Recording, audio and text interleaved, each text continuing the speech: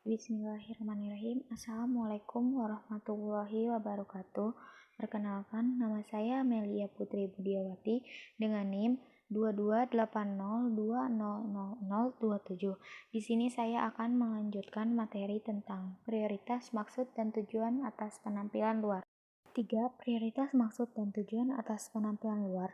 Persoalan yang termasuk di dalam fikih prioritas ini ialah tujuan, yakni menyelami berbagai tujuan yang terkandung di dalam syariah, mengetahui rahasia dan sebab-sebabnya, mengaitkan antara satu sebab dengan sebab yang lain, mengembalikan cabang kepada pokoknya, mengembalikan hal-hal yang parsial kepada yang universal, dan tidak menganggap cukup mengetahui penampakan dari luar, serta jumud di dalam memahami nas-nas syariah tersebut.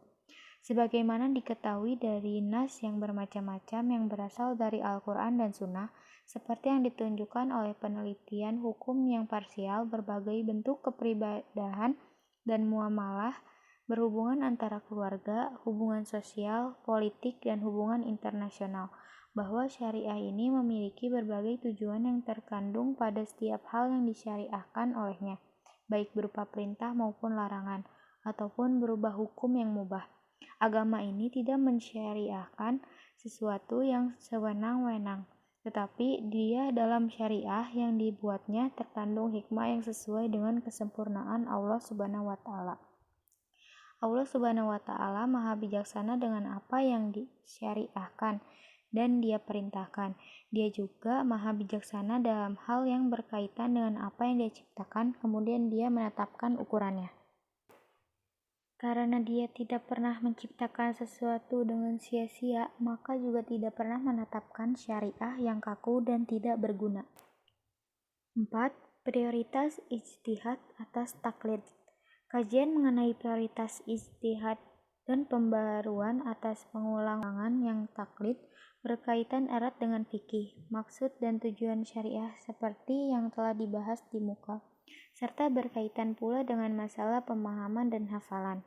Ilmu menurut para ulama salaf bukan sekadar pengetahuan tentang hukum, walaupun diperoleh dari hasil taklid kepada orang lain atau mengutip perkataan dengan tidak memiliki hujah yang memuaskan. Dengan kata lain, dia mengetahui kebenaran melalui orang lain dan mengikuti pendapat orang banyak yang tidak berdalil.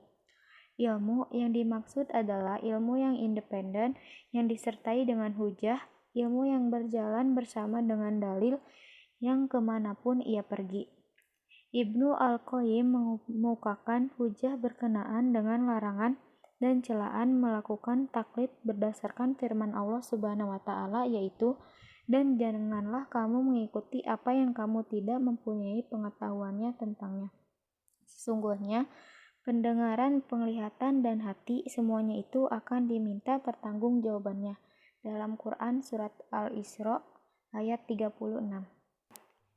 Berdasarkan ayat tersebut, Ibnu Qayyim menjelaskan taklid itu bukanlah pengetahuan yang disepakati oleh ahli ilmu pengetahuan itu. Dalam I'lam al-Muwaqqi'in, ia menyebutkan lebih dari 80 macam taklid yang tidak benar dan penolakannya terhadap syubhat yang dilakukan oleh para pelakunya.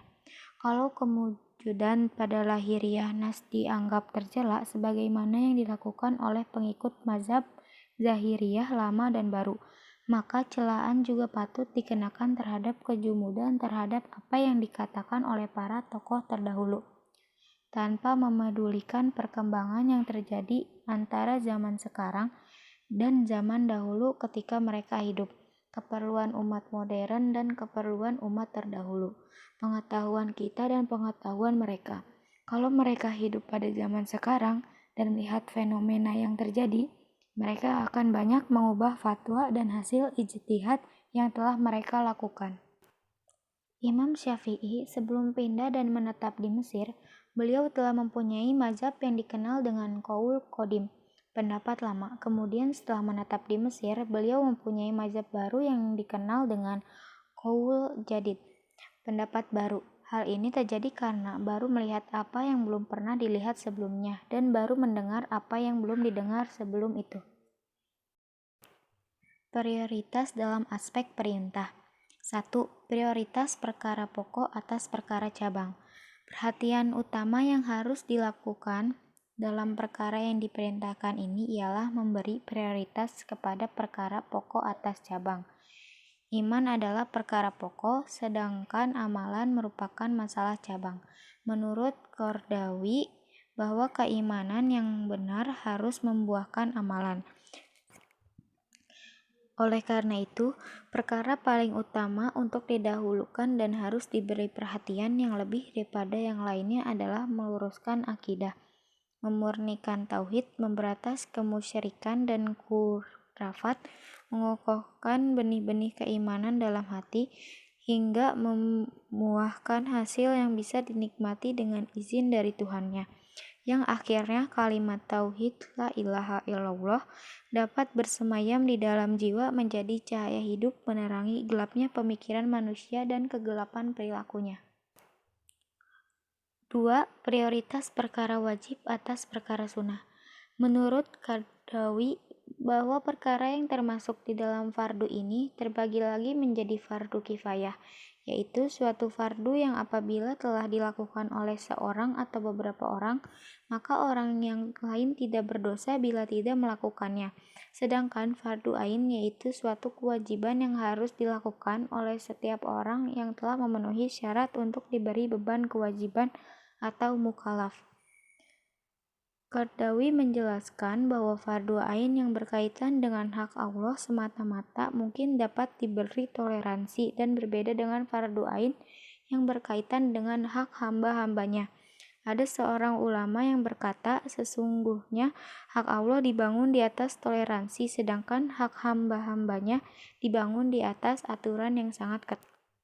Berdasarkan penjelasan tersebut, maka membayar hutang harus diutamakan dari menunaikan ibadah haji, karena hutang merupakan hak hamba-hambanya, sedangkan haji hak Allah Subhanahu wa Ta'ala.